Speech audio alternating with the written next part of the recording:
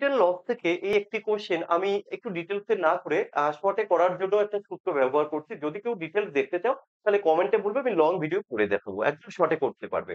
এবার এখানে দেখো লিখেছি N1 into 100 plus minus N2 into plus minus. Question কি?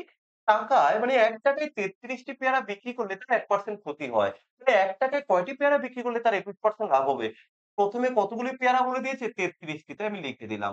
এবার কি 1% ক্ষতি হবে, 1% ক্ষতি তাই 100 এর থেকে 1 মাইনাস করো। তাহলে কত হবে? 99 ইকুয়াল টু দ্বিতীয় ক্ষেত্রে কতগুলো দেব জানি না। তাই আমি এখানে লিখে দিলাম N2 এবং আমি ২১% লাভ করব। তাহলে কত হবে? ১২১। এবার ক্যালকুলেশনটা আমরা করব।